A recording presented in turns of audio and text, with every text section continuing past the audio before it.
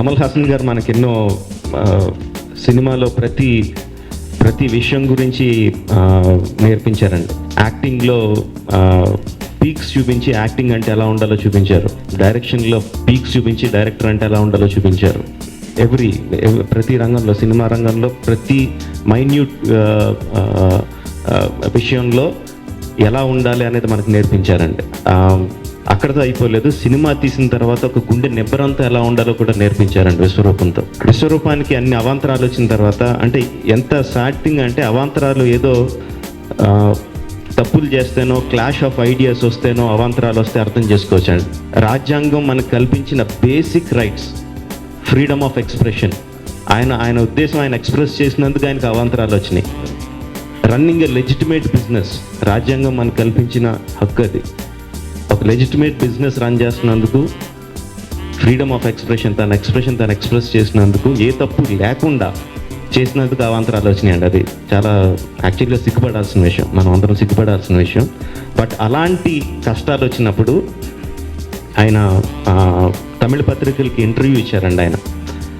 ఆ ఇంటర్వ్యూ ఇచ్చినప్పుడు ఎంత హృదయం కలిచివేసిందంటే, ఆయన చెప్పిన మాటలు, ఈ సినిమా తీయడానికి నా ఇంటిని కూడా తాకట్టు పెట్టాల్సి వచ్చింది. ఈ ఇంటితో నాకు ఎన్నో మెమరీస్ ఉన్నాయి. అందరికీ వాళ్ళ సొంత ఇంటితో ఎన్నో మెమరీస్ ఉంటాయి. ఇంట్లోనే నేను ఎన్నో కష్టాలు సుఖాలు అనుభవించాను, ఇంట్లోనే డాన్స్ చేసుకున్నాను.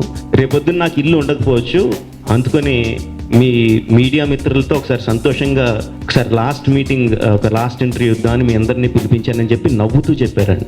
అంటే ఎంత గుండె నిబ్బరం ఉండకపోతే ఆ మాట అంటారు అన్నది, అది ఆయన దగ్గర నుంచి ఇప్పుడు కొత్తగా ఇంకా ఎక్స్ట్రాగా నేర్చుకోవాల్సింది ఏంటంటే అది నేర్చుకోవాల్సింది.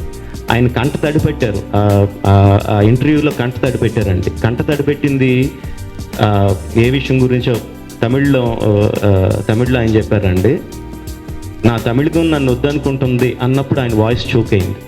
అంటే నా రాష్ట్రం, నేను ఏ ప్రజలు సంతోషపెట్టడం కోసం అయితే ఇన్ని సంవత్సరాలు నేను యాక్ట్ చేస్తున్నాను, ఆ ప్రజలు నన్ను వద్దనుకుంటున్నారేమో అన్నప్పుడు ఒక్కసారి మాత్రమే ఆయన చోక్ అయ్యారండి. But sir, Tamil Nadu is wanting you sir, they are wanting you. You can see the people thronging the theatres like mad because they want you. So that is the response of the people of Tamil Nadu for you. So happy. But if you see ట్విట్టర్లో కానీ, ఫేస్బుక్లో కానీ, are ఇప్పుడు విశ్వరూపం థియేటర్కి వెళ్తున్న జనాల్లో కానీ కొన్ని కోట్ల మంది ముస్లిమ్స్ ఉన్నారండి.